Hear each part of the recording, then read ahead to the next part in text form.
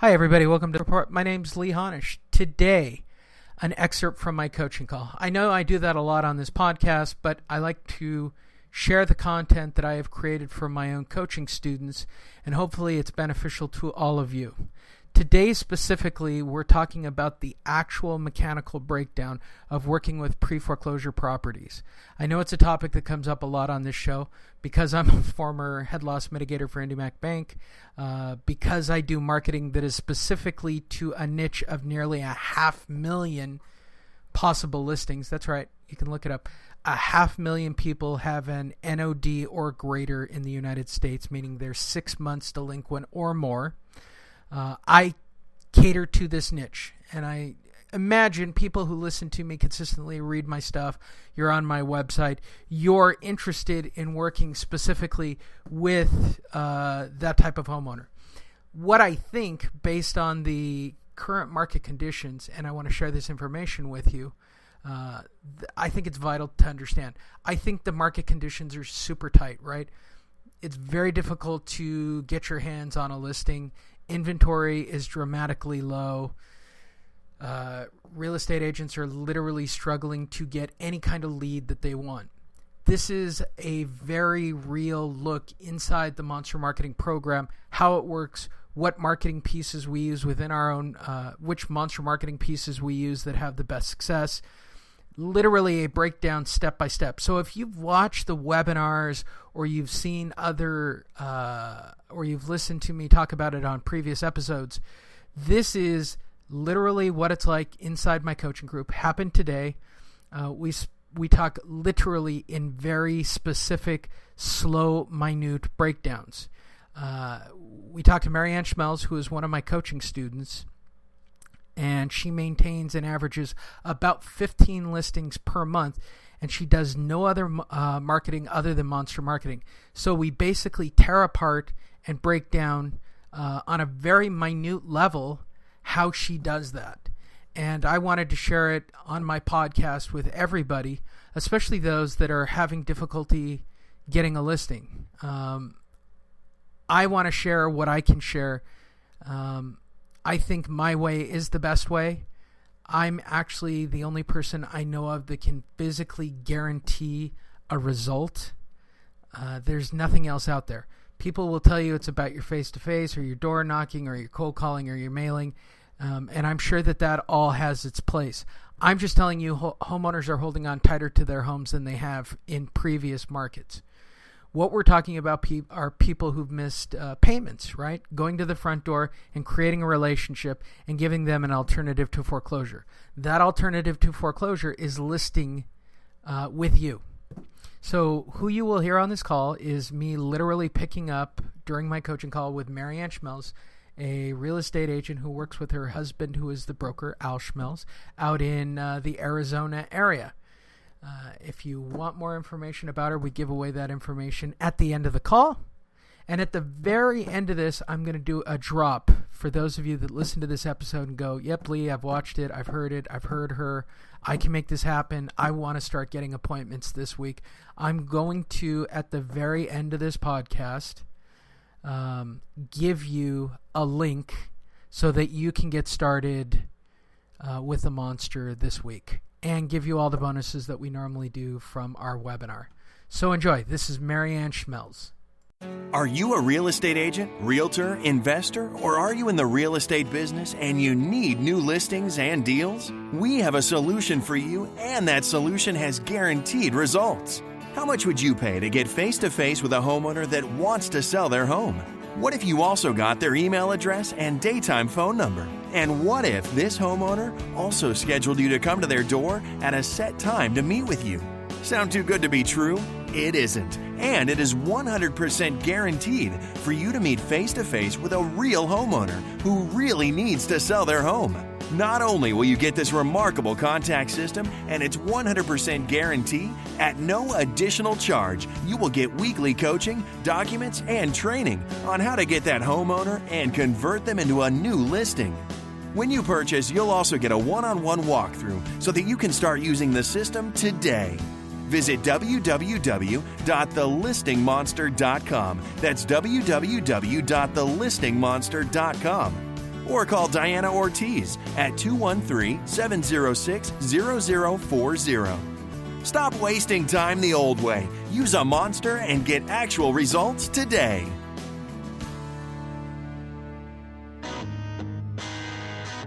Welcome to the Honish Report, hosted by Lee Honish. The Honish Report is a look at the real estate market and creating effective marketing plans for realtors or investors to get new listings and deals. Your host, Lee Honish, has over 20 years of experience in real estate, banking, and marketing.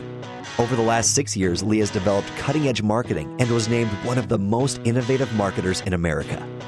With over 1 million views, Lee continues to be an advocate for the entire real estate community. Enjoy today's show. Hi, Mary Ann. You're unmuted. Oh my God. You're live and you're being recorded. All right, let's start with the first question, Mary Ann. Okay. We all have our different version of what we say at the door. I am bombastic, and David is eloquent, and Kevin is probably more traditional, because I'm speaking on his behalf, of giving the alternatives to foreclosure, the very baseline training version. But the question comes up of, why are you doing this? Which is the turn and the pivot point in the discussion. When a homeowner asks you, why are you doing this? What do you tell them? Okay, I was actually typing all of that, but I'll just go ahead and just... Much easier this way, isn't it? Yeah, it is. So thanks for suggesting that. What I say is that we're a unique group of licensed real estate professionals, and that we volunteer our time to help homeowners that are in foreclosure.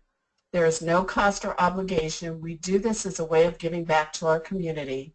It is very difficult to discern our group in contrast to many of the other people that are contacting you to either sell your home or buy it.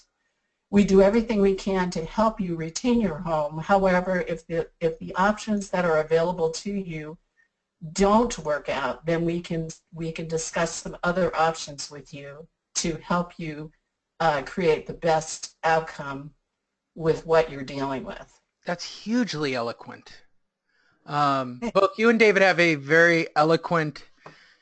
do you guys want me to break that down for you, or did you guys catch everything that occurred in both of those conversations? Not only was there an insertion of, hey, I'm going to help you, so I've got the give to get happening from a marketing perspective, which is great.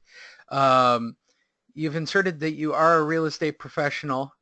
So you've done a plan B pivot in there as well. I mean, that's got everything just about covered in it. So they take it all in. Are you going with the classic David format of setting up the immediate second appointment to bring them back more information? Well, you know, I have the basic package that we put together, but, you know, that's kind of a loaded question because it just depends on what they tell you, right, where they're at.